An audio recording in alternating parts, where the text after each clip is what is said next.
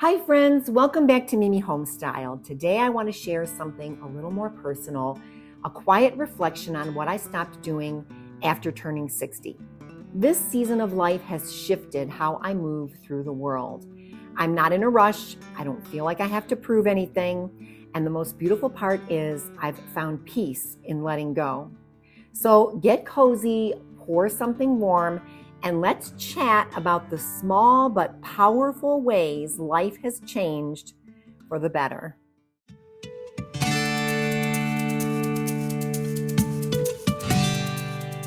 Number one, I don't stress over perfection. For years, I tried to get everything just right, how the house looked, how I cooked, even how I dressed. Now I welcome a little softness, a slightly messy couch cushion, a mismatched set of mugs. Life feels more real and peaceful when I let things be. It's not always easy, but I've learned that when I'm just living in my home, it's okay to not fold blankets on the couch or close the closet so my unorganized closet can be seen. I make sure when someone comes over, it's tidy, but I don't want it to be perfect all the time. Number two, I don't say yes to everything. I used to say yes out of guilt or habit or even tradition. Now I choose what truly matters. My peace and energy are not infinite. I've learned that a gentle no thank you is one of the most loving things that I can say to myself and others. I also know that if I'm tired and I want to stay home, I'm going to tell people that. It's okay to have my space and time to myself. I don't feel the need to be at every celebration anymore either. I send a card and a gift, and I'm okay with that. Number three, I don't compare myself to others. Scrolling, comparing, wishing, I'm learning to let that go. Life isn't a contest. The pace I move at, the things I love, the way I look, it's all mine. And I honor where I've been, and I'm proud of where I'm going. I used to do this all the time to myself, especially when you are on social media or when others are moving forward in their lives and I'm standing still for a while. It's okay. I have learned that appreciating where I'm at is so much less stressful. I also don't look at others for my identity. Number four, I don't apologize for resting. I used to feel lazy if I wasn't being productive. Now I know that the rest is part of the rhythm. Rest is when I reconnect with myself, and a quiet hour with a book or a nap in the afternoon isn't indulgent, it's necessary. Binging a few movies or listening to my music gives me more energy for another day. Now, I'll be honest with you, I'm still a bit of a perfectionist, and I still catch myself fussing over details that probably don't matter in the long run. And I still worry about my weight more than I'd like to admit. And I do try to eat all the right things and get it right more than I probably need to. But the difference now is I don't let it consume me.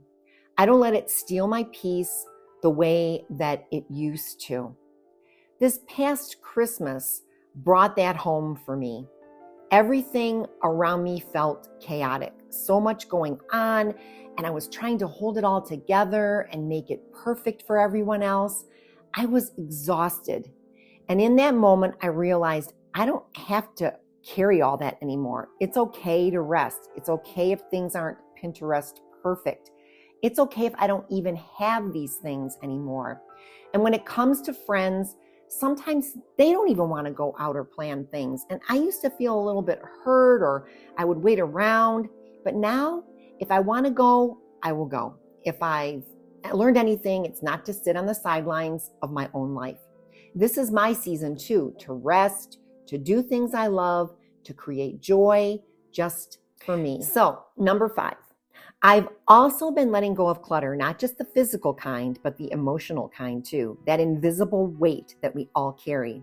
We've lived through so much: menopause, pandemics, political tension, parenting changes, grief, worry, and the strange quiet that comes when our nests start to empty. Letting go doesn't mean I've figured it all out, but I've started choosing peace wherever I can. That means less stuff, fewer obligations, more comfort, more meaning. Living in the present isn't always easy, but when I release what no longer fits, I create room to breathe again. Number 6, I don't chase trends. I don't decorate or dress to impress anyone. I've found a style that feels like home to me. Soft cardigans, simple decor, comforting pieces I've had for years.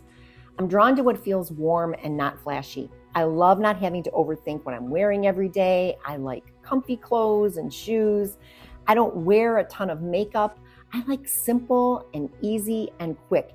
It is who I am. Number 7, I don't fear missing out. I'm not rushing to do it all anymore. I don't need to be at every event or in every conversation. A quiet evening at home or baking something small feels just as meaningful as anything out there. If I want to go somewhere or do something, I plan it and do it, but I don't feel like I have to.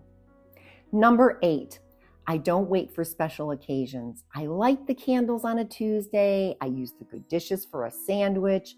Life doesn't wait for perfect moments. We create them in the little ways we honor each day. I am displaying all of my souvenirs from my trips. I don't wait for the weekend to see a movie.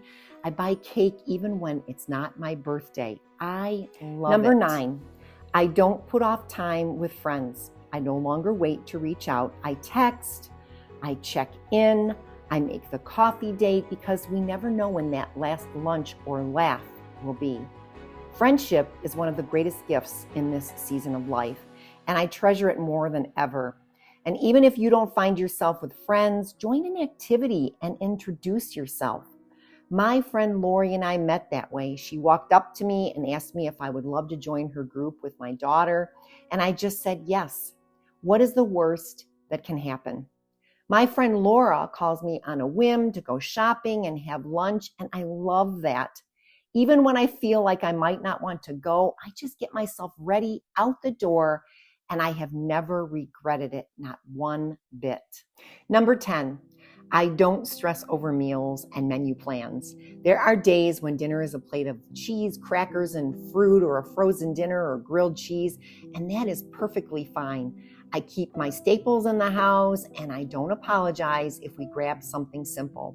I've let go of the pressure to cook gourmet every night because nourishment doesn't have to be complicated. Number 11, I don't constantly worry about my grown kids. I've done my job. They're grown, and while I'll always be their mom, I've learned to let go of the need to constantly guide or fix. I trust their path. I trust their strength. Someday I won't be here, and I find peace in knowing that they'll be okay.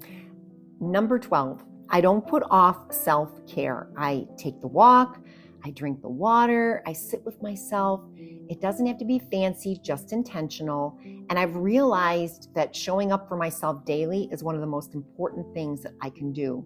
I carve out my mornings for all the things that keep me healthy, and I'll always be working on something to better my weight or my emotions. But getting up each morning and starting my day with some of these things makes me happy, and it's a great start to my day. Number 13, I don't rush through life. I slow down now. I notice things I missed before, the light in the trees, the birds flying past my window, the feel of a good pen, the hush of the morning, that first smell of coffee brewing, stopping to FaceTime my granddaughter and talk for a half hour or more. When you move slower, you see more, and life becomes deeper, richer, and more textured. And here's my last one, number 14. I don't postpone joyful hobbies. I've started making time for the things I always said I'd do later, like crafting, coloring, reading a magazine, biking, and reading a whole book in a couple of days. These small joys give me life. They remind me who I am outside of roles or titles. So there you have it. These are just a few things I've let go of.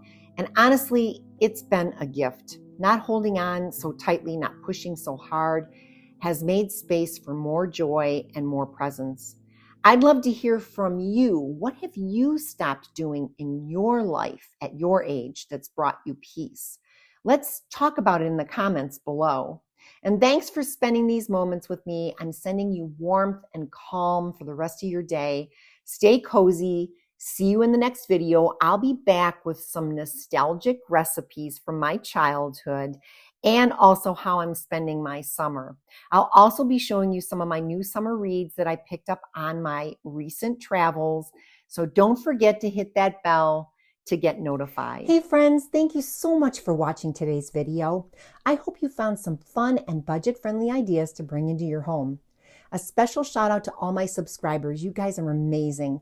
And if you're new here, don't forget to hit that subscribe button and tap the notification bell so you never miss a video.